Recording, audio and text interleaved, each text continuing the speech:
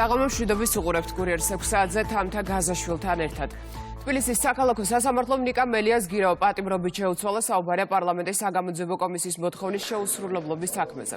როგორც მოსამართლემ მირაკლი შვანგირაძემ განმარტა, ამ საქმის ფარგლებში შეფარდებული 50,000 ლარიანი გირაო პოლიტიკოსმა მიზანმიმართულად არ გადაიხადა. განსხვავებული იყო დაცვის პოზიცია, რომელიც ნიკა მელიას საჯარო განცხადებების მიუხედავად ამტკიცებდა, რომ მას შესაძლოა თანხა ბოლო საათებში გადაიხადა, თუმცა ის პადის გასვლამდე ცოტა ხნით ადრე ადმინისტრაციული წესით დააკავეს. გადაწყვეტილების გამოცხადებას ნიკა მელია არ დასწრებია, მან იქამდე მოსამართლეს წყალი შეასხა, რის გამოც დარბაზიდან გააძევეს. ამ ფაქტის შემდეგ იყო ხმაური, რომელიც დერეფანშიც გაგრძელდა.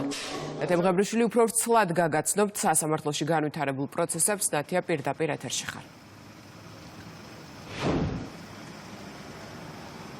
მოსამართლემ ადგილზე თათბირით მიიღო გადაწყვეტილება და საგამოძიებო კომისიაზე გამოუცხადებლობის გამო შეფარდებული გირაო ნიკა მელიას პატიმრობით შეუცვალა. მოგვიანებით მოსამართლემ ეს გადაწყვეტილება დაასაბუთა და კონკრეტულ გარემოებებზე გაამახვილა ყურადღება, რის მიხედვითაც აუცილებელი იყო პატიმრობის გამოყენება. მათ შორის მიუთითა იმ ინციდენტზეც, რომელიც ხტომათა დარბაზში მოხდა, რა დროსაც ნიკა მელია მოსამართლეს წყალი შეასხა. რაც შეეხება მხარეების პოზიციას გადაწყვეტილებასთან დაკავშირებით, დაცვის მხარე აპელირებს, რომ ნიკა მელია შეეზღუდა გირაოს გადახდის შესაძლებლობა. რაც შეეხება ბრალდებას, პროკურორის თქმით, ოპოზიციონერი პოლიტიკოსი მიზანმიმართულად არ აპირებდა აღკვეთი ღონისძიების შესრულებას და გირაოს გადახდას.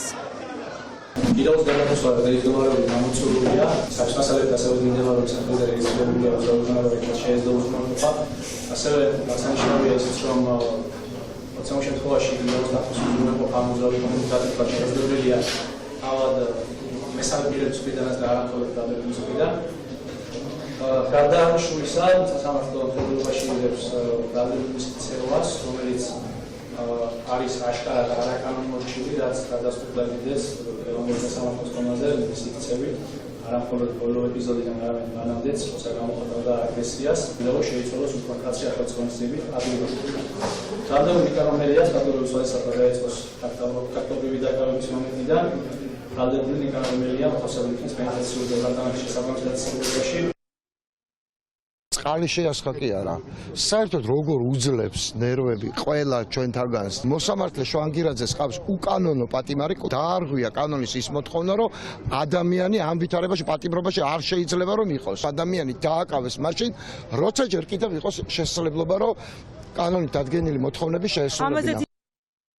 ნიკანორ მელიასგან 29 დღის განმავლობაში ჩვენ ვისმენთ პოზიციას, რომ იგი არ აპირებდა გირაოს ოდენობის გადახდას, არც ქონებით უზრუნველყოფას. მიუხედავად ამისა, ჩვენ დღეს პროცესზე მოვისმინეთ დაცვის მხარის პოზიცია, რომ თურმე ბოლო 3 საათში იგი შეიცვლიდა პოზიციას და იგი გადაიხდიდა გირაოს ოდენობას, თუმცა შეეზღუდა ამის შესაძლებლობა. ბუნებრივია ეს იყო მისი მხრიდან პასუხისმგებლობისგან თავის არიდების მცდელობა. საფუძველი იმისა, რომ მის მიმართ ნაკლებ მკაცრი აღორძინების შეცვლილი იყო სახეზე იყო, ვინაიდან მან უგულებელ იყო სასამართლოს განჩინება, არ გადაიხადა, არ უზრუნველყო და არ შეასრულა მოსამართლის განჩინება.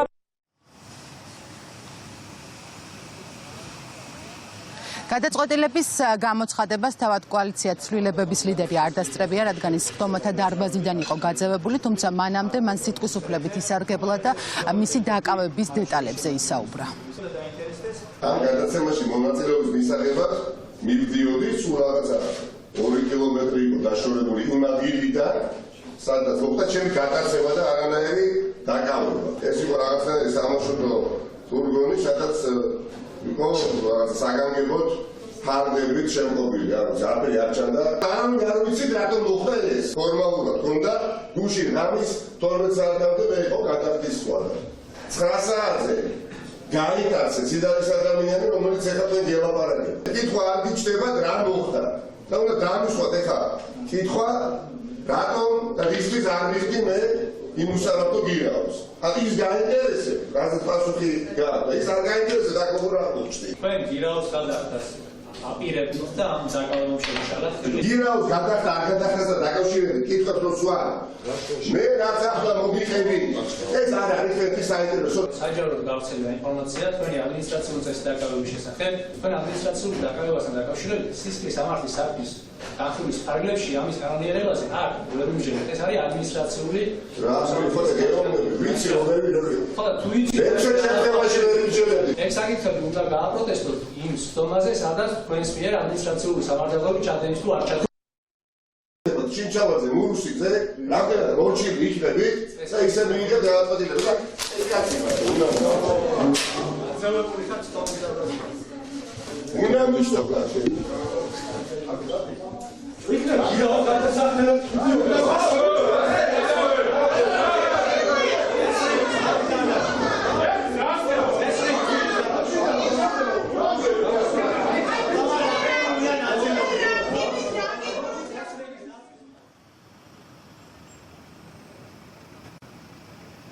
დროებით საგამოძიებო კომისიაზე გამოუცხადებულობის გამო 29 აპრილს ნიკა მელიას სასამართლომ გირაო შეუფარდა აღკვეთი ღონისძიების სახით, თუმცა შეგახსენებთ, რომ დღეს ეს გირაო 50,000 ლარიანი გირაო შეიცვალა მისი პატიმრობით. მადლობა, ნათია მღებრიშვილი საუბრობდა პირდაპირ ეთერში. სხდომის პარალელურად სასამართლოში შეკრებილი იყვნენ ნიკა მელიას თანაგუნდელები და მხარდამჭერები ოპოზიცია პოლიტიკურ დევნაზე. მმართველი გუნდი კი ოპოზიციის მხრიდან მიზანმიმართულ ქმედებებზე საუბრობს. ქართულ ოცნებაში აცხადებენ, რომ პარტიული ლიდერები ცდილობენ ქვეყანაში დაუმორჩილებლობის ატმოსფერო შექმნან. ძალიან მნიშვნელოვანია ნიკა მელია რის გამო არის დაკავებული კომისიასთან არ თანამშრომლობის გამო რეალურად ისინი კომისიაზე რო არ გამოცხადდნენ და ამ შემთხვევაში ქართული ოცნება უპირებს პოლიტიკურ ლიდერებს ერთი წლით თავისუფლების აღკვეთას ბუნებრივი იყო მოსამართლის დღევანდელი გადაწყვეტილება მარტივი ინდიკატორების გამო კანონი ამ ქვეყანაში არ კანონობს უკვე დიდი ხანია ამას ჰქვია თვითნებობა ის რომ ნიკა მელიას გაცხადებული ჰქონდა რომ არაპირებდა გირაოს გადახდას არ ნიშნავს იმას რომ ვადაზე ადრე შეიძლებოდა მისი დაკავება. არსებობს პრინციპი, რომელსაც მელია ანვითარებს, რომ სახელმწიფოსთან დაუმორჩილებლობის გარკვეული ატმოსფერო შექმნას ეს პოლიტიკური გეგმა, მაშინ როდესაც თქვა შეკითხვების გაცემას თავს არიდებს. ძალიან მძიმე შეკითხვებია მის მიმართ, არა მარტო მის მიმართ, მთელი მაგის გუნდის მიმართ, რასაკვირველია ასეთ ვითარებაში, როდესაც პოლიციას შეაგინებ პოლიციელს ნებისმიერ დემოკრატიულ სისტემაში იქნება მკაცრად დასჯილი. ფაქტია, რომ ეს არ არის მხოლოდ გადაცდომა იმ კანონებიდან, რომელიც არსებობს. ეს არის გარკვეული სტრატეგიული გეგმა იმისათვის, რომ საქართველოში განუკითხაობის ატმოსფერო დაამყაროს და ამას ემსახურება მელიას მოქმედებები. სამაჯურის მოხსნიდან დაწყებული დამთავრებული პოლიციელისათვის შეურაცხყოფის მიყენებით. მას ჰქონდა ვადა, ბუნებრივია, 12 საათამდე გირა უნდა გადაეხადა, იმის გამო კი არ დაუკავებიათ. არამედ, როდესაც პატრულმა გააჩერა გარკვეული წესის დარღვევის გამო, არ ვიცი, რაღაც იქ იყო განცხადებაში ნათქვამი, შემდეგ შეურაცხყოფასი გადასულა და ადმინისტრაციული წესი დააკავეს. ესე შეიძლება ნებისმიერ ადამიანს, ვინც პოლიციასთან და პატრულთან შევა კონფლიქტში, ანალოგიურად მოუწიოს ადმინისტრაციული ასე ვთქვათ, დაკავება. ამას მოაყოლეს, რომ აი რაღაც სიგიჟეები, აქ ინტერპრეტაციები არ არის საჭირო ზედმეტი. ვინმეს დაკავება რო დოუდა, დილას დააკავებდნენ. უბრალოდ დააშავა ადმინისტრაციულად, როგორც იკვეთება. მელია, რომელიც ძალადობისკენ არის მიდრეკილი და არაერთხელ არის ამ თემაზე, ასე ვთქვათ, დაკავებული თავის დროზე, რომ იგივე ჩაიდნენ და ეხლა მორიგის ხდომა გამართა დროებითმა საგამოძიებო კომისიამ. მთავარი თემა 2004-2008 წლებში ოკუპირებულ ტერიტორიებზე შექმნილი ვითარება და აგვისტოს ომის შემდეგ დამატებითი ტერიტორიების ოკუპაცია იყო. დეპუტატებმა მოусმინეს კოდორის ხეობის მკვიდრებს თორნიკე გერლიანს და სიმონ გასვიანს, ასევე 2008 წლის აგვისტოს ომის დევნილს ნონა ყაულაშვილს და შინდისის ბრძოლის დროს გმირულად დაღუპული რომა ზოიძის ძმას ფრიდო ზოიძეს. 2008 წლის აგვისტოს ომი საერთოდ აი როგორ დაიწყო, რატომ დაიწყო, რასთან ჰქონდა საქმე აბსოლუტურად ეს ხალხისთვისაც გაუგება იყო და მოულოდნელობებით ახსავს. არანაირი კოორდინირება, აი აუცილებლად არაპროფესიონალი მართავდა მაგ სიტუაციას. ოქროაშვილი დადიოდა ავტომატით, სანადიროთ, ბატონი ირაკლი ოქროაშვილი, ელემენტალურ რაღაცა სისულელეზე ციუ გაუბახტში ეს აუტოახტში უშვებდა ჯარისკაცებს მიდიოდა ჯარისკაცების შეურაცხყოფა გინება ესე იგი საერთოდ ადამიანებად არ თვლიდნენ არავის რაც შეიძლება მეტი საკრალური მსხვერპლი უნდა ყოფილიყო აი ამ 5 დღიანი ომის პერიოდში ჯარიდან მაინც და მაინც ისე როგორ მოხდა რომ აი ეს ამდენი ადამიანი ასეთ 5 დღიან ესე იგი საბრძოლო დაპირისპირებაში აი ესე გაიწირა. ოპერაცია რო დაიწყო კოდორში, ესე ეძახდნენ კოდორის ხეობის განთავისუფლებას მაშინ დაიწყეს სახლების დაბომბვა. დაარწეს მამიდა ჩემს 2006-ში და ეზოში დასხილდეს რუსიკო გერლიანი. პირდადად უქრუაშვილმა ჩხალთაში თქვა, რომ აბა რა გეგონათ თქვენ. მინისტრს ერთ მხარეს იარაღი ჰქონდა, მეორე მხარეს დანა. აიღო ეს დანა და შეანახა, ძალიან დიდი დანა აიღო. და აი ამ დანით გამოკვირითო ყელს, თუ პატარა წინააღმდეგობა იქნებაო. ყველას ყელს გამოკვირითო აი ამ დანითო. მაშინ ტელევიზიით ეხლა მხოლოდ და მხოლოდ იყო ცხინვალის ამბებს აშუქებდნენ. მაშინ სოციალური ქსელები არ იყო და კავშირის საშუალება ჩვენ არ გქონდა. არავისთან ინფორმაცია მოგვეპოვნა რეალურად რა ხდებოდა. ერთი ოჯახი იყო ჩვენთან, წულუკიძეები იყვნენ, დები იყვნენ მანდ. და ზარი განხორციელდა წულუკიძეებთან და უთხრეს, რომ არის ძალიან საეჭვო ვითარება მყოდორის ხეობაში, შეიძლება დაიწყოს დაბომბვაც და მოსახლეობამ დატოვეთ იქაურობა, იმიტომ რომ ძალიან დიდი საფრთხე არის, რომ დაიწყოს დაბომბვა ნებისმიერ წუთს. ზარი განახორციელა მაშინდელმა სახალხო დამცველმა, ბატონმა სოზარ სუბარმა, დაღამდა, მაგ დროს დავიწყეთ გამოსვლა.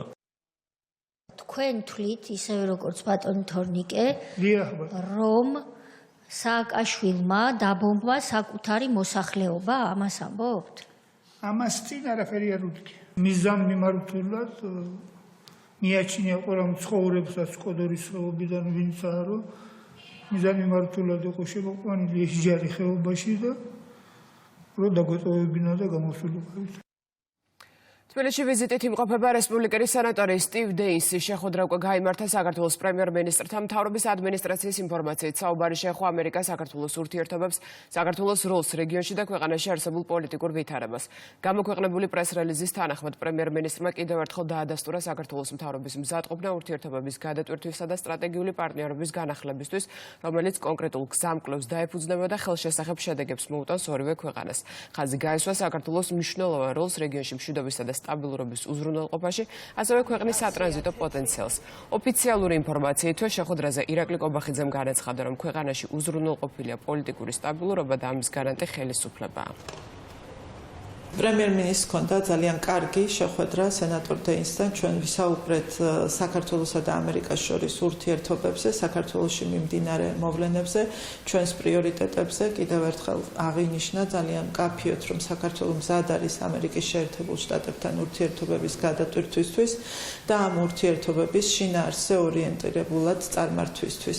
სენატორის მხრიდან ძალიან ღრმა დაინტერესება იყო გამოჩენილი საქართველოს საკითხთან დაკავშირებით. ის საქართველოს უყურებს როგორც ძალიან მნიშვნელოვან ქვეყანას რეგიონში და არა მხოლოდ რეგიონში, ეს ცალსახად იყო მისი მხრიდან ნათქვამი. არაერთხელ აღინიშნა, რომ ის კომუნიკაცია, რომელიც მოხდა პრეზიდენტ ტრამპის მხრიდან საქართველოსთან მიმართებაში, ეს არის ძალიან მნიშვნელოვანი.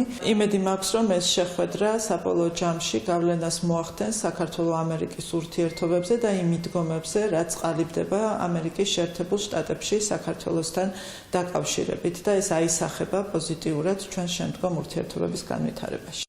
შეხვედრის შესახებ სენატორმა და პრემიერ-მინისტრმა სოციალურ ქსელში დაწერა. სტივ დეინსი აღნიშნავს, რომ მოხარულია საქართველოს პრემიერ-მინისტრთან შეხვედრის შესაძლებლობით, რომელზეც ამერიკა-საქართველოს ურთიერთობები განიხილეს.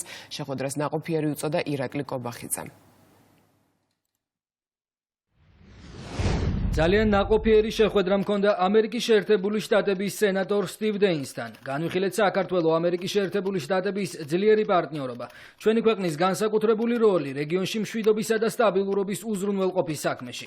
ვისაუბრეთ ასევე საქართველოში არსებულ პოლიტიკურ კონტექსტზე. კიდევ ერთხელ დაბადასტურეთ ჩემი მთავრობის მტკიცე პოზიცია, რომ მზად ვართ გადაიტვირთოს და განვაახლოთ სტრატეგიული პარტნიორობა ამერიკის შეერთებულ შტატებთან. მკაფიო და ქმედით გზამკვლევებზე დაყრდნობით, რომელიც რეალურ სარგებელს მოუტანს ორივე ქვეყანას.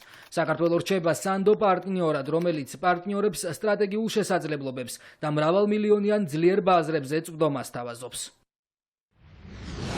სენატორი დეინსი მოხარულია საქართველოს პრემიერ-მინისტრ ირაკლი კობახიძესთან დღეს შეხვედრის შესაძლებლობით, რომელზეც განხილული იყო ამერიკის შეერთებული შტატების საქართველოს ურთიერთობების გაძლიერება. სენატორმა დაადასტურა საქართველოს გადამწყვეტი როლი კავკასიასა და მის ფარგლებს მიღმა, მშვიდობისა და კეთილდღეობის ხელშეწყობაში. მან მტკიცედ წაახალისა საქართველო იმუშაოს მჭიდროდ პრეზიდენტ ტრამპთან და მის ადმინისტრაციასთან ეკონომიკური და უსაფრთხოების საერთო ინტერესების წინსვლისთვის. სტივ დეისის ვიზიტის შესახებ ინფორმაცია შეერთებული შტატების საელჩომ გამოაქვეყნა დიპლომატიური წარმომადგენლობის განცხადებაში ვკითხულობთ. სენატორი გეგმავს წამოჭრას შიდა და საგარეო საკითხები, მათ შორის კანონის უზენაესობა და ბიზნესისა და უცხოური ინვესტიციების პრიორიტეტები. ის ასევე გეგმავს, რომ გააჟღეროს პრეზიდენტ ტრამპისა და სახელმწიფო მდივარ რუბიოს მთავარი პრიორიტეტები, მათ შორის ამერიკა უპირველეს ყოვლისა დღის წესრიგის ფილოსოფია და ნაბიჯები, რომლებიც საქართველოს მთავრობას შეუძლია გადადგას იმის საჩვენებლად, რომ სერიოზულად არის განწყობილი შეერთებულ შტატებთან ურთიერთობების გაუმჯობესების მიმართ. ვკითხულობთ განცხადებაში. სენატორი დილით შეხვდა ოპოზიციური პარტიების წარმომადგენლებს, პოლიტიკურ ჯგუფებში ითქვა, რომ ვიზიტი ვაშინგტონის მხრიდან ძლიერი გზავნილია და მათ სტივ დეინს ქვეყანაში შექმნილი ვითარების შესახებ ინფორმაცია მიაწოდეს. სტივ დეინსის ვიზიტი საქართველოში, რომელიც გავლენიანი რესპუბლიკელი სენატორია, სენატის საგარეო ურთიერთობათა კომიტეტის წევრი, ძალიან მნიშვნელოვანი გზავნილია ამერიკის შეერთებული შტატების მხრიდან, რომ ისინი მხარს უჭერენ ქართველი ხალხის ევროატლანტიკურ მისწრაფებებს. სენატორის ვიზიტი და აქედან ჩვენს მიერ მიწოდებული ინფორმაცია არის მნიშვნელოვანი იმისთვის, რომ გაგრძელდეს ერთი დელეგიტიმაციის პროცესი ქართული ოცნების წინააღმდეგ და მათ შორის გაგრძელდეს ჩვენი წინააღმდეგობა, რომელსაც იქნება სხვადასხვა ფორმა, ეს იქნება სანქციები, ეს იქნება საპროტესტო აქციები და ასე შემდეგ. ძალიან მნიშვნელოვანია მოხდეს ურთიერთობების გადატვირთვა, ახალი ფურცლიდან დაწყება, მნიშვნელოვანია ჩვენთვის ამერიკის სტრატეგიული პარტნიორობა, მეგობრობა, ეს ყველაფერი ცხადია უნდა იყოს ორმხრივ. ჩვენ ხედავდით მთელი ბოლო წლების განმავლობაში Deep State რა განცხადებებს აკეთებდა, როგორ ეპყრობოდა ქართულ სახელმწიფოს, რა დამოკიდებულება ჰქონდა ჩვენთან მიმართებით. თქვენ იცით, რომ ამერიკის შეერთებული შტატების პრეზიდენტმა მთავარი პრიორიტეტები, რაც ასე რომ ვთქვათ, დაისახა მიზნად, პირველი ეს იყო უკრაინა-რუსეთის ომის დამთავრება და ეს იყო Deep State-ის დამარცხება. პროცესი მიდის, დაველოდოთ თუ როგორ დასრულდება. ტრამპი მზადა უკრაინაში ომის დასრულებისთვის პუტინს პირობა მისცეს, რომ ნატო აღმოსავლეთით არ გაფართოვდება. განცხადება ABC News-თან ინტერვიუში კიტ კელოგმა გააკეთა. ისინი საუბრობენ არა მხოლოდ უკრაინაზე, არამედ ასევე საქართველოსა და მოლდოვაზეც. ჩვენ ვამბობთ, კარგი, შეგვიძლია განვიხილოთ ნატოს გაფართოების შეწყვეტა თქვენ საზღვრამდე. ეს მათი უსაფრთხოების ინტერესებია, განაცხადა უკრაინის საკითხებში დონალდ ტრამპის სპეციალურმა წარმომადგენელმა გენერალმა კიტ კელოგმა.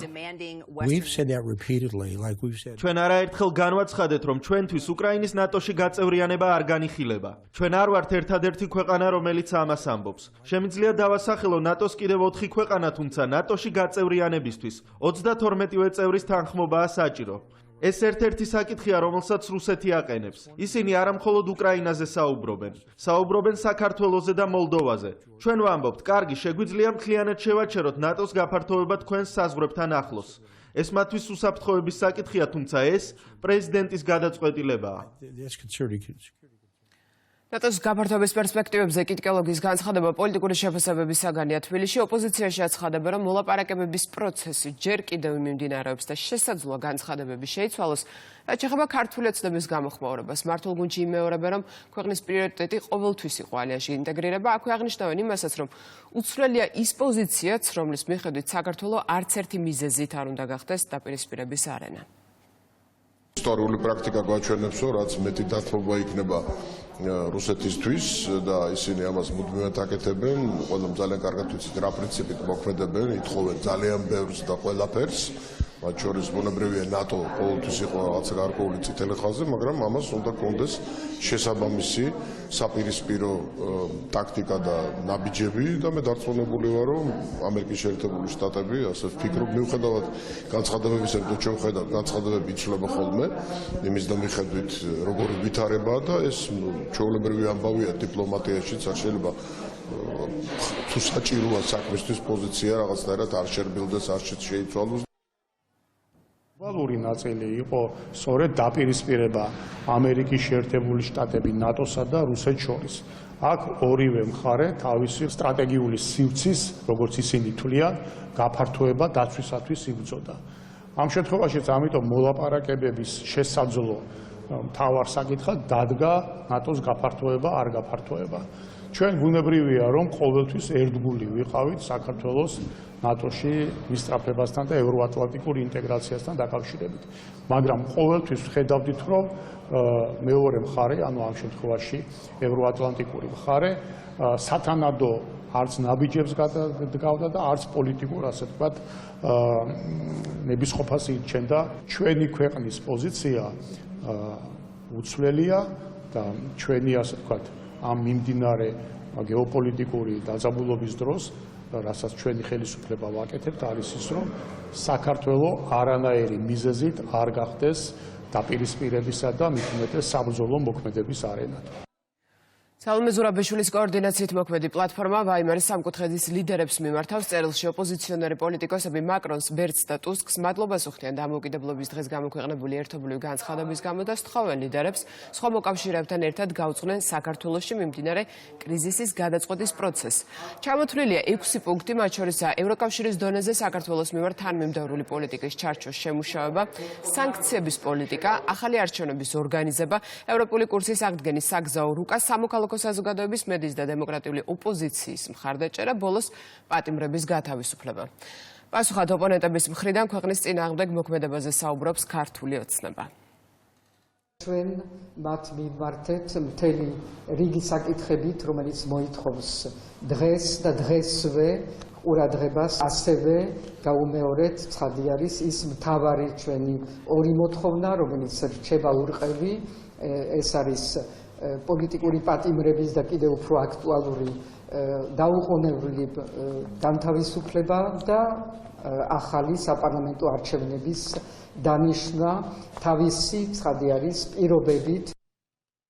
ერთი რამ უნდა იცოდეს ყველამ, რომ საქართველოში მიმდინარე პროცესებს უძღვება ქართველი ხალხი და არა ვინმე გარედან, როგორც ამ რადიკალების უსამშობლო აგენტურის წარმომადგენლებს გონია.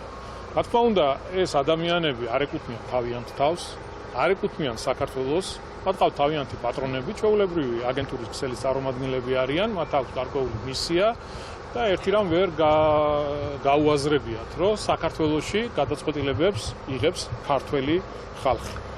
შესაბამისად, ის ქმედებები, რასაც ჩვენ ხედავთ ბოლო თვეების, ბოლო წლების განმავლობაში ამ უსამშობლო რადიკალების მხრიდან, რა თქმა უნდა, არის გარედან მართული პროცესები, თავიანთი პატრონები, რასაც უბრძანებენ, ეტყვიან, რა მიმართულებით უნდა წავიდნენ, რაზე უნდა ისაუბრონ, რა გადაწყვეტილებები უნდა მიიღონ, ყველაფერი იმართება გარედან. საერთოდ მაკრონი ჩამოიყვანეთ და კენ შეახრევინათ მაკრონს. მაგალითად, თბილისის მერობის არჩევნებზე. თითქოს აწყდებიან აქეთ-იქით. ზოგიერთ ითხოვენ ქვეყნებისგან დასანქცირებას მთავრობის და რეალურად ეკონომიკური ზიანის მოყენებას და იმედი აქვს, რომ ხალხი ეკონომიკური პრობლემების შექმნის კვალ-დაკვალ ქუჩებში გამოვა და იმ რევოლუციონერებს შეუერთდებათ, რომელიც ესეთი ოლეთა სექტის სახელით არის ბოლო პერიოდში ცნობილი. ეს მხოლოდ უსამშობლო ადამიანებს შეუძლიათ. რა პლატფორმაზეა ლაპარაკი ზოგადად ვერ შექმნეს სალომე ზურაბიშვილისგან ლიდერი და უნდათ რომ იგი წარმოაჩინონ ერთი მხრივ ხისტი, მეორე მხრივ დაკავშირებული ევროპულ დედაქალაქებთან ატარეს ევროპაში დააწერილის ქარტიაზე ხელი მოაწერილის ნაცმოძრაობას, რომელიც გუშინ უკანასკნელი სიტყვებით აგინებდა და აქედან მაინც ვერაფერი ვერ გამოიყენეს. ვაიმარის სამკუთხედის წევრი პოლონეთის და საფრანგეთის საელჩოების განცხადება ისევ პოლიტიკური შეფასებების თემაა. პარლამენტის თავმჯდომარე სოციალურ ქსელში აცხადებს, რომ პოლიტიკის შემდეგ ეკონომიკაზე თავდასხმას აქვს ადგილი. შალვა პაპუაშვილი წერს, საელჩოებმა გავრცელეს გაფრთხილება საკუთარი მოქალაქეებისთვის, რომ აჯერ დაფიქრდნენ და ისე ჩამოვიდნენ საქართველოში, ვითომ და საქართველოს საზღვარზე არ შემოშვების დიდი რაოდენობის გამო. ქართულ ოცნებაში მიაჩნიათ, რომ მსგავსი შინაარსის განცხადებები ხელს უშლის ტურიზმის მიმართულებას და შესაბამისად ეკონომიკას. საელჩოების მოწოდებებს ობიექტური მიზეზები აქვს ოპოზიციის შეფასებით. ნორმალ ქვეყანაში თუ კი მოგვეცემოდა საშუალება, რომ ვიცხოვროთ და განვითარების საშუალება ქონდეს, არავითარი ამ ტიპის განცხადებები არ იქნებოდა, დამატებით ინვესტიციებზე იქნებოდა საუბარი, ევროკავშირთან გვექნებოდა მოლაპარაკებების ფაზა გახსნილი და გვექნებოდა წვდომა მილიარდიან ფონდებთან. ევროკავშირის წევრ სახელმწიფოებს ეძახი 딥 სტეიტის მართულებს, შესაბამისი განცხადებები მოდის. ამის მერე რას მოუწო, რომის პაპი მოუწოდებს, რომ საქართველოში იტალიიდან ტურისტები ჩამოვიდნენ თუ პოლონეთში ტუსკი და კაჩინსკი გააკეთებენ განცხადებებს, რომ ეკვეთონ საქართველოს ტურისტულ საზღვრებს. ეს არის მავნებლობა და მიმართულია იმისკენ, რომ ეკონომიკური თვალსაზრისით გარკვეული პრობლემები შექმნათ. ტურისტული მიმართულება ჩვენი ქვეყნისთვის ერთ-ერთი პრიორიტეტულია, წლიდან წლამდე ყოველთვის იზრდება ტურისტების რაოდენობა და ამ ტიპის განცხადებები, რომელიც ყველანაირ საფუძველს არის მოკლებული, მხოლოდ და მხოლოდ მიმართულია იმისკენ, რომ ხელი შეეუშალონ ამ მიმართულების გაზრდას და ქვეყნის ეკონომიკურ წინსვლას. ჩვენ ყოველთვის, როდესაც ვიღებთ გადაწყვეტილებას ვიღაცის შემოშვება, არ შემოშვებასთან დაკავშირებით, რა თქმა უნდა, პირველ რიგში გამოდივართ ქვეყნის ინტერესებიდან გამომდინარე. რა თქმა უნდა, ნებისმიერ ადამიანს, ნებისმიერ უცხოელს შეუძლია საქართველოში შემოსვლა, თუ ის ბოროტი ზრახვებით არ არის გამშვალული, ნებისმიერ ადამიანს შეუძლია შემოვიდეს და, რა ვიცი, გაატაროს გარკვეული დრო ჩვენს ულამაზეს ქვეყანაში. შალვა პაპუაშვილმა პოლონეთის და საფრანგეთის საელჩოების განცხადების პასუხად სოციალურ ქსელში ვრცელი პოსტი გამოაქვეყნა, ის ტექსტს სტატისტიკურ მონაცემებს ურთავს. ძალიან შემაშფოთებელია თუ ქართულ პოლიტიკაზე წარუმატებელი თავდასხმების შემდეგ ახლა ქართულ ეკონომიკაზე თავდასხმები უნდა ვიხილოთ.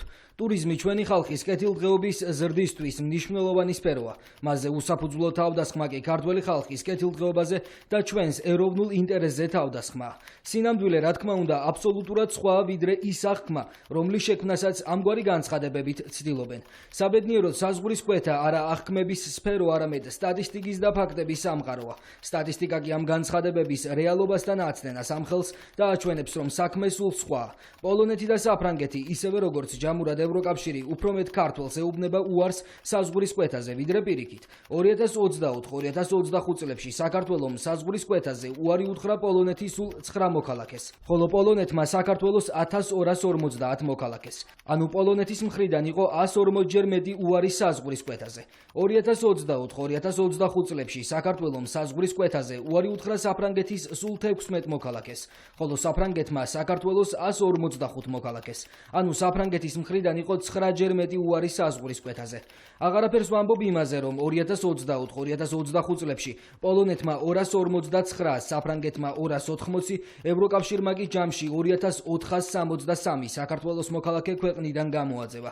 ასე რომ საქართველოს ჯერ კიდევ დიდი გზა აქვს გასავლელი საზღვარზე არ შეშვების იმ რაოდენობამდე მისასვლელად, რაც ევროკავშირის ჩვეული პრაქტიკაა.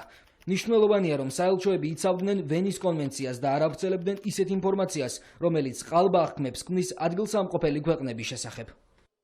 Georgian Airways-ის მენეჯმენტი კიდევ ერთხელ აცხადებს, რომ ავიაკომპანიის მხრიდან არანაირ კანონდარღვევას ადგილი არ ქონია გიორგი ბაჩაშვილის განცხადების საფუძველზე მედიაში გავრცელებულ ინფორმაციასთან დაკავშირებით. კომპანია ამჯერად ჩარტერული რეისის შეკვეთის დეტალებს განმარტავს. გამოქვეყნებული ინფორმაციის თანახმად, შემკვეთი ავიაკომპანიას გამგზავრებამდე აწვდის ინფორმაციას. რეისის მიმართულების სასურველი თარიღის და დროის, ასევე თბილისიდან გზავრების რაოდენობის და მათი მონაცემების შესახებ. ამის შემდეგ მომხმარებელი იხდის თანხას და მას უფლება აქვს უკანა გზაზე გამოამგზავროს მისთვის სასურველი პირები. ამასთან დაკავშირებით ავიაკომპანიასთან ინფორმაციის შეთანხმება არ ხდება, რადგან მგზავრები ყველა პროცედურას აეროპორტებში გადიან, რაც აეროპორტის და სამართალდამცავი ორგანოების პასუხისმგებლობაა. Georgian Airways-ი აცხადებს, რომ კერძო პირების ან ორგანიზაციების მიერ შეკვეთილი რეისების შესახებ ინფორმაცია წარმოადგენს პერსონალურ ინფორმაციას, რისი გაცემის უფლებაც კომპანიას არ აქვს. Deputatis Mariam Lashkhis შეურაცხყოფის საქმეზე ლიკა ლორთქიფანიძეს და თათია აფრიამაშვილს 12 დღიანი პატიმრობა შეუფარდეს. გადაწყვეტილების გამოცხადებას ხტობათა დარბაზში ხმაური მოყვა, მანდატური სამსახურმა რამდენიმე პირს სასამართლოს შენობა დაატოვებინა.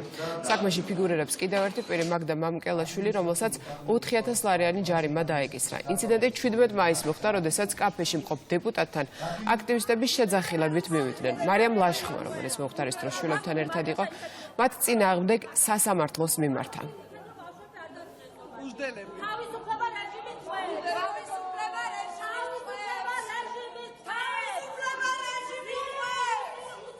ეს არის სრულიად უსამართლო გადაწყვეტილება, ვინაიდან ამ მოწოდებისთვის 12 დღიანი პატიმრობა არის სირცხვილი.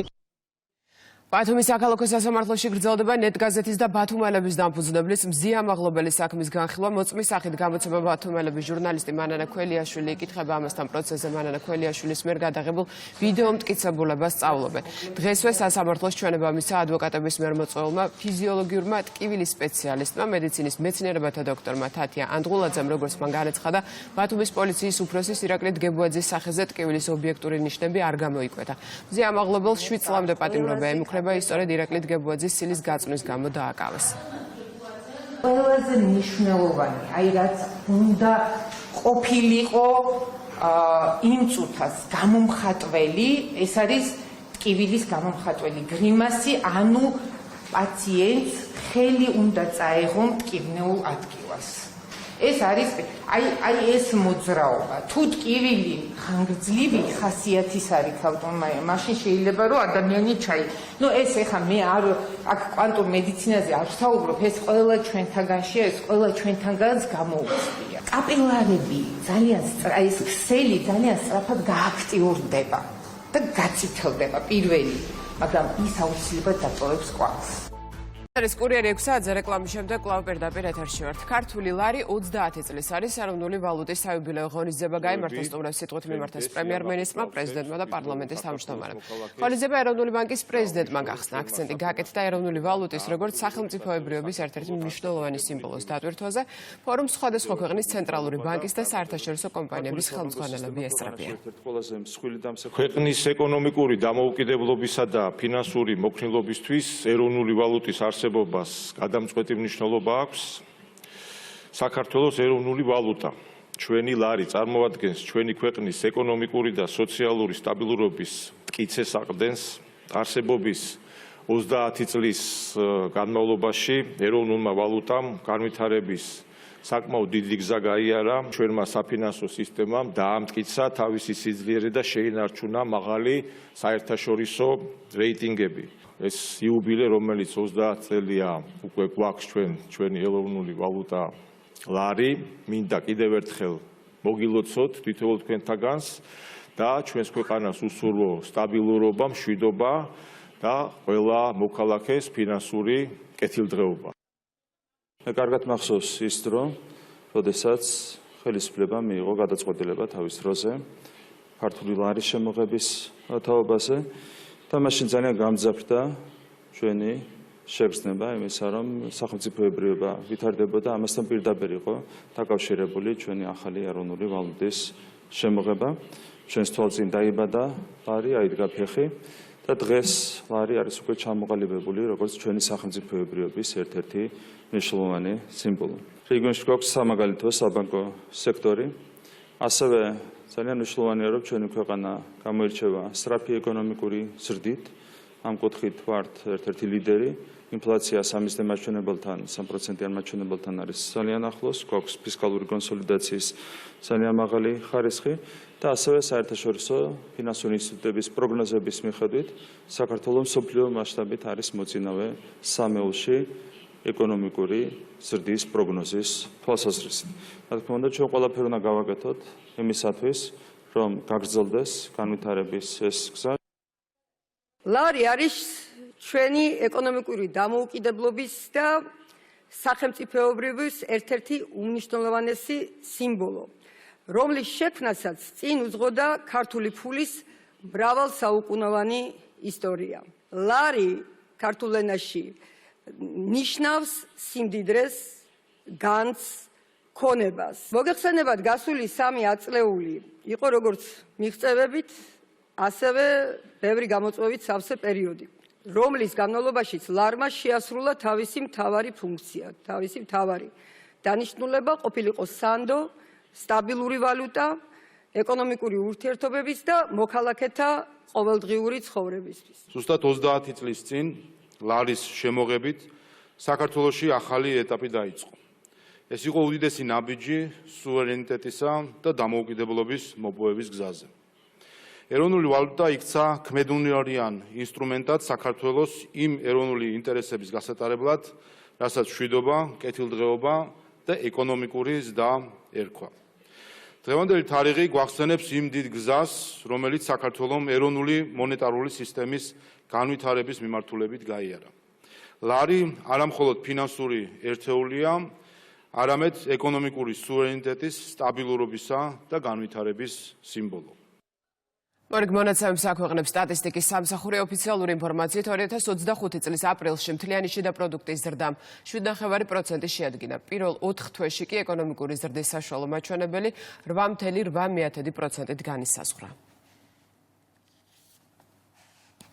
იმერეთის პროექტებს გაეცნო ინფრასტრუქტურის მინისტრი და ათვალიერა სტადიონები, საბავშვო ბაღების და სკოლების შენობები. ოფიციალური ინფორმაციით იმერეთში უკვე დასრულებულია 12 საბავშვო ბაღის მშენებლობა, რეაბილიტაცია. პროექტებს სახელმწიფო ბიუჯეტიდან 23 მილიონ ლარზე მეტი მოხმარდა. მნიშვნელოვანი არის სპორტული მიმართულებით იგეგმება მნიშვნელოვანი პროექტების განხორციელება იმერეთის რეგიონში და მოვინახულეთ შესაბამისი ლოკაციები რამდენიმე რაიონში, სადაც უახლოეს პერიოდში დაიწყება სპორტული ინფრასტრუქტურის მშენებლობა. ეს იქნება როგორც სტადიონები, ასევე მულტიფუნქციური სპორტული კომპლექსები. ძალიან მნიშვნელოვანი პროექტი ხორციელდება მათგანის ადმინისტრაციულ ერთეულში საბავშვო ბაღის მშენებლობა, ვინაიდან ძალიან ძველი, არაკომფორტული შენობა იყო და შესაბამისად მოსახლეობაც ქალაქთან სიახლოვის გამო თავიანთ ბავშვებს ატარებდნენ ქალაქის ცენტრალურ ბაღებში, სხვადასხვა ბაღებში. შესაბამისად, ეხლა დღევანდელი რეალობა მოგცემს იმ საშუალებას, რომ ბავშვები, ადგილობრივი ბავშვები და მიმდებარე სოფლის ბავშვები გამოიყენებენ ამ კომფორტულ და საკმაოდ დაცულ სივრცეს. მოვინახულეთ სხვადასხვა სოფელში მიმდინარე ბაღების მშენებლობა, გავეცანით მიმდინარე მდგომარეობას და იგეგმა შემდეგი ეტაპებიც, ასე ვთქვათ, რომ წარმატებით დასრულდეს აღნიშნული პროექტები. ასევე ხონში მოვინახულეთ ძველი სპორტული ინფრასტრუქტურა, რომელიც დაიგეგმა მან ახალი მშენებლობა, სტანდარტული სრული ზომის ახალი სტადიონი მოეწყობა. ზაფხულის ტურისტული სეზონისთვის ამზადისი და ეკონომიკური ტენდენციები განიხილეს. აჭარის მთავრობის ხდომაზე მიმდინარე სამუშაოებზე ინფორმაცია მთავრობის თავმჯდომარე სულხან თამაზაშვილმა მოისმინა. სხდომაზე აღინიშნა, რომ ბათუმში რუსთაველის ქუჩაზე ყველა სარეაბილიტაციო სამუშაო სეზონის დაწყებამდე დასრულდება. მოგეხსენებათ, რეგიონში ტურისტული სეზონი ახლოვდება, გვაქვს პოზიტიური მოლოდინები, ველოდებით ძალიან ბევრ დამსვენებელს, შესაბამისად მიმდინარეობს სადება, რომ ღირსეულად დახვდეს რეგიონი დამსვენებლებს. მუშაობთ ინფრასტრუქტურულ პროექტებზე, ალბათ ყველაზე მნიშვნელოვანი ბათუმში რუსთაველის ქუჩაზე მიმდინარე სარეაბილიტაციო სამუშაოებია, რომლის მნიშვნელოვანი ნაწილი უკვე დასრულებულია. მეორე ნახევარზე აქტიურად მიმდინარეობს სარეაბილიტაციო სამუშაოები და მოლოდინი გვაქვს, რომ მოკლე ვადაში დასრულებული იქნება. ვიმსჯელეთ მუნიციპალური განვითარებასა და გაძლიერებაზე. თბილისში ქაქუცა ჩოლოყაშვილისა და გიორგი წერეთლის ქუჩების რეაბილიტაცია მიმდინარეობს. პროექტის მიხედვით უნდა გაფართოვდეს გზისის მონაკვეთი, რომელიც ბაკის სასაფლაოს მიმდებარე ტერიტორიიდან იწყება და წყნეთის გზატკეცილის 6 ნომრამდე გრძელდება. სამუშაოებისთვის 18 მილიონი ლარი არის გათვალისწინებული. პროექტის პარკლებში პირველი რაც კეთდება, ეს არის მიწისქვეშა კომუნიკაციების განახლება, რომელიც იყო ამორტიზირებული ავარიულ მდგომარეობაში და უდიდეს პრობლემას წარმოადგენდა პირველ რიგში ადგილობრივი მოსახლეობისთვის. კვირა არ გავიდოდა, რომ რაიმე დაზიანება არ ყოფილიყო, რაც აფერხებდა ასევე ავტომობილებით გადაადგილებას. ასევე ელექტროგადამცემი ხაზები, რომელიც დღეს ჰაერშია გადმოცემული და ვიზუალურადაც გარკვეულ პრობლემას წარმოადგენს მიწის ქვემოთ შესაბამის კაბელ-არხებში იქნება ჩატანილი, ახალი განათების ბოძები დამონტაჟდება, გამწვანების სამუშაოები ჩატარდება, მიწისქვეშა ნარჩენების ურნები გაკეთდება. ძალიან მნიშვნელოვანია როგორც ვაკის რაიონისთვის, ასევე ქალაქისთვის აღნიშნული პროექტის განხორციელება. როგორც იცით, ჭავჭავაძის გამზირი რეაბილიტირებულია, ასევე რეაბილიტირებულია წყნეთის გზატკეცილი და ეს მონაკვეთი იყო დარჩენილი ჭავჭავაძიდან წყნეთის გზატკეცილამდე მონაკვეთის რეაბილიტაციის გარეშე და ახლა შეერთდება და ასე ვთქვათ სრულად მოწესრიგებული იქნება. აქ ძალიან რთულ მდგომარეობაში იყო მიწისქვეშა კომუნიკაციები, ხშირად ავარიები ხდებოდა და ამიტომ იქნა გადაწყვეტილება მიღებული, რომ ამ მონაკვეთის რეაბილიტაცია ჩაგვეტარებინა. სტამბოლში 2 ივნისს რუსეთ-უკრაინის ომის შესახებ მოლაპარაკებების მორიგი რაუნდი გაიმართება. მთავარი საკითხი ცეცხლის შეწყვეტა. პროცესს ადგილზე დააკვირდებიან ამერიკის, გერმანიის, ბრიტანეთის და საფრანგეთის წარმომადგენლები. კით კელოგის განცხადებით, დასავლელი დიპლომატები უკრაინისა და რუსეთის დელეგაციებთან შეხვედრებს ცალ-ცალკე გამართავენ. რუსეთისგან სამშვიდობო მემორანდუმს ითხოვს უკრაინის პრეზიდენტი.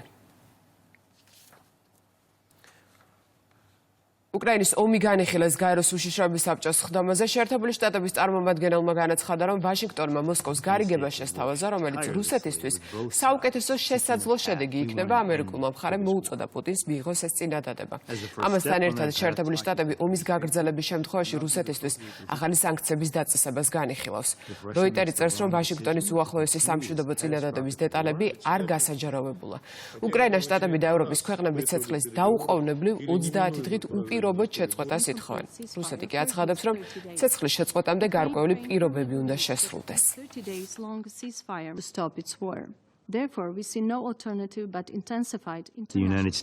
შეერთებულმა შტატებმა წამოაყენა წინადადება დაუყოვნებლივი უპირობო და ყოვლის მომცველი ზავის შესახებ. უკრაინამ ეს უპირობოდ მიიღო. რუსეთის მხრიდან იგივე თანხმობას ველოდებით. მოსალოდნელია, რომ რუსეთის ფედერაცია წარმოადგენს პირობების სიას, რომელიც ზოგადად ასახავს მის ხედვას ზავის შესახებ. თუ რუსეთი მიიღებს არასწორ გადაწყვეტილებას და გააგრძელებს ამ კატასტროფულ ომს, შეერთებულ შტატებს მოუწევს განიხილოს ამ კონფლიქტის დასრულების მოლაპარაკებებიდან გასვლა. რუსეთისთვის დამატებითი სანქციები კვლავ განიხილება. ვერც ერთი ახალი ანტირუსული სანქცია, არც უკრაინისთვის იარაღის მიწოდება, არც რუსეთის წინააღმდეგ განხორციელებული სხვა მტრული ნაბიჯები ვერ შეძლებს ზელენსკის რეჟიმის გარდაუვალი სამხედრო მარცხის თავიდან აცილებას. ბურთი უკრაინის მოედანზეა, ან მოლაპარაკებები, რასაც მშვიდობა მოყვება, ან უკრაინისთვის გარდაუვალი მარცხი ბრძოლის ველზე. ნებისმიერ ფასად მშვიდობის მიღწევა ომს არ დაასრულებს. ყოვლის მომცველი სამართლიანი და მდგრადი მშვიდობა უნდა ეფუძნებოდეს ხელშეუხებელი პრინციპების ფუნდამენტურ პატივისცემას. ჩვენ ვიმეორებთ, უკრაინა არასდროს მიიღებს და არ აღიარებს დროებით ოკუპირებული ტერიტორიის არც ერთ ნაწილს რუსეთის საკუთრებად. ჩვენ არ მოვითმენთ ჩარევას სუვერენულ გადაწყვეტილებებში, მათ შორის ჩვენს თავდაცვაში ან ალიანსებში. ჩვენ ვერ ვხედავთ სხვა ალტერნატივას გარდა გაძლიერებული საერთაშორისო ზეწოლისა, პოლიტიკური, სამხედრო და ეკონომიკური სანქციები უნდა გაფართოვდეს და გაძლიერდეს. და ბოლოს ისევ საქართველო უკვე შეკვეთილშია ლეგენდარული Guns N' Roses ჯგუფის კონცერტი ატრაქციონების პარკ ციცინათალას მიმდებარე დაახლოებით 2 საათში დაიწყება. მსოფლიო როკის ლეგენდა ქართულ სცენაზე პირველად წარდგება საფესტივალო ქალაქი მსმენელს 7 საათიდან უკვე იღებს, სანამ სცენას Guns N' Roses დაიკავებს სტუმრების განწყობაზე სხვა მუსიკოსები ისრუნებენ.